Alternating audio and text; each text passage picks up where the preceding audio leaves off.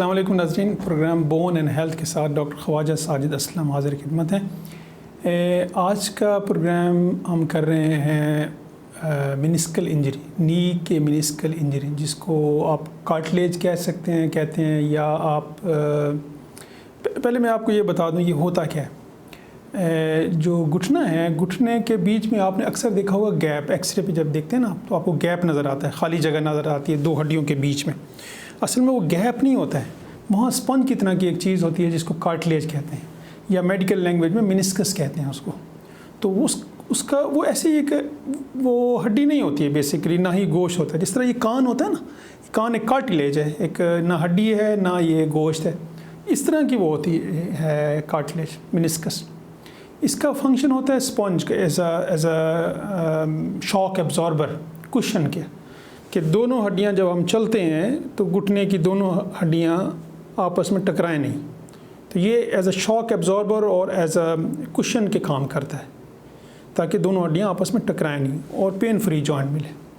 अच्छा, इसकी इंजरीज़ होती हैं या तो स्पोर्ट्स के दौरान होती है, आपने अक्सर सुना होगा, देखा होगा, स्पेशली फुटबॉल प्लेयर्स या क्रिकेट प्लेयर, स्क्वॉश प्लेयर। तो स्पोर्ट्स एक्टिविटी के दौरान इसकी इंजरी हो सकती है, रोड ट्रैफिक एक्सीडेंट के दौरान हो सकती है इसकी इंजरी, या हड्डी का फ्रैक्चर हो, टांग की हड्डी हो या थाई की हड्डी हो, फीमर, उसके डिस्टल एंड का जो फ्रैक्चर हो वो अगर जोड़ के अंदर चला जाए तो चांसेस होते हैं कि इस मिनिस्कस की या कार्टिलेज की इंजरी हो जाए।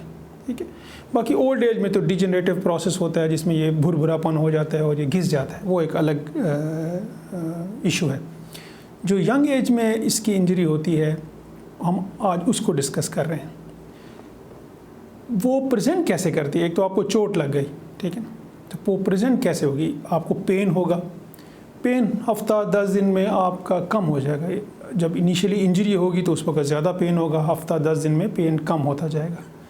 लेकिन जो आपको प्रॉब्लम होगा वो ये होगा कि चलते चलते स्मूथ सरफेस पे, टेढ़ी मेढ़ी जगह नहीं, स्मूथ सरफेस पे जब आप चल रहे होंगे तो चलते चलते आपको ऐसे महसूस होगा जैसे गिरने लगे, जैसे आपका घुटना निकलने लगा है जोड़ से, या आपको ऐसे फीलिंग होगी कि कहीं मैं गिर जाऊँ, गिरने लगी, या आपको फीलिंग होगी कि ये मेरा जोड़ अनस्टेबल है, मैं इस पर पूरा वज़न नहीं डाल सकता हूँ, मैं दौड़ नहीं सकता हूँ। आपको एक खौफ होगा सबकॉन्शियस में कि मैं गिर जाऊँगा या गिर जाऊँगी।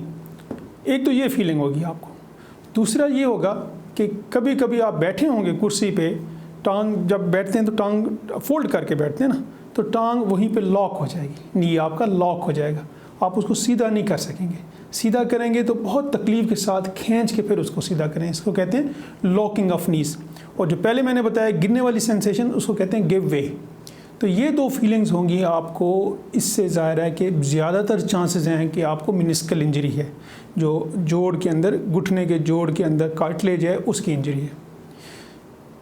डायग्नोस्टिक टेस्ट उसका क्या होगा? एक तो हम पहले एक्सरे करा लेंगे उसका कि कोई फ्रैक्चर नहीं है या कोई और डिफॉर्मिटी नहीं है आपको नी जॉइंट की।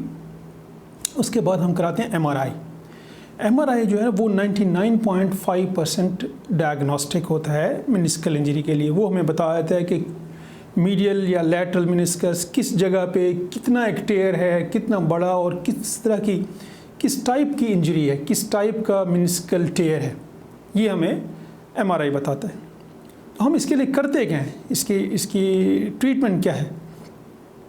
ये तो आपने इसको इग्नोर नहीं करना है। पहले ट्रीटमेंट से पहले मैं ये आपको बता दूं, इसको इग्नोर नहीं करना आपने। अच्छा, अगर इग्नोर कर देंगे, मिसाल के तौर पे आप किसी डॉक्टर या ऑर्थोपेडिक सर्जन को नहीं दिखाएंगे, तो क्या हो सकता है? होगा ये कि आहिस्ता आहिस्ता आपको ये जो गिव वे और लॉकिंग सिम्टम्स मैंने पहले आपको डिस्क्राइब किए हैं वो बढ़ती जाएंगी। अगर आपको पहले हफ्ते में एक दफ़ा होती है ये गिव वे फीलिंग्स, तो आपको रोज़ाना होनी शुरू हो जाएंगी। रोज़ाना एक दफ़ा होती है तो आपको फ्रीक्वेंटली होती रहेगी, हर स्टेप पे आपको ये फीलिंग होती रहेगी। जब ये प्रॉब्लम और आप इग्नोर करते जाएंगे, ज़्यादा अरसा होता जाएगा, तो जो लिगामेंट्स हैं ACL और PCL नी जॉइंट के अंदर, उसके ऊपर स्ट्रेस बढ़ती जाएगी। उसके ऊपर जो आपका प्रेशर है रनिंग के दौरान या वॉकिंग के दौरान, वो जो आपको नी को स्टेबिलिटी प्रोवाइड करता है, जो बाकी लिगामेंट्स हैं उसके ऊपर प्रेशर बढ़ता जाएगा। जब प्रेशर बढ़ता जाएगा तो ज़ाहिर है उनकी एक्टिविटी भी रिड्यूस होनी शुरू हो जाएगी, तो उनके टेयर के चांसेस बढ़ते जाएंगे। और जो मोस्ट इम्पॉर्टेंट प्रॉब्लम है, अगर इसको आप और इग्नोर करते जाएं तो जो गैप आपको घुटनों के बीच में नज़र आता है वो आहिस्ता आहिस्ता कम होता जाएगा। अगर आप साल 2 साल के बाद देखें एक्सरे को तो आपका वो गैप कम होता जाएगा। जब वो कम होता जाएगा तो दोनों हड्डियां आपस में टकराना शुरू हो जाएंगी। जब टकराना शुरू हो जाएंगी तो फिर आपको आर्थराइटिस डेवलप हो जाएगा। आहिस्ता आहिस्ता जो हड्डी के ऊपर कार्टिलेज लगा हुआ है वो घिसना शुरू हो जाएगा और फिर आपको ऑस्टियोआर्थराइटिस डेवलप हो जाएगा, जिसको उर्दू में गंठिया भी कहते हैं। तो ये इसके प्रॉब्लम है अगर आप इसको इग्नोर करते चले जाएंगे। अगर इग्नोर नहीं करेंगे और जल्दी चले जाएंगे आर्थोपेडिक सर्जन के पास तो इसका सिंपल एक ट्रीटमेंट है जिसको कहते हैं आर्थ्रोस्कोपी या की होल सर्जरी कहते हैं। बड़ा आसान सा है, कहने को तो ये एक ऑपरेशन है लेकिन इसको हम ऑपरेशन कंसिडर नहीं करते हैं। इसलिए कंसिडर नहीं करते हैं कि बेसिकली हम कोई बड़ा कट देते नहीं है नी जॉइंट में, कोई बड़ा काटना फाटना नहीं होता इसमें।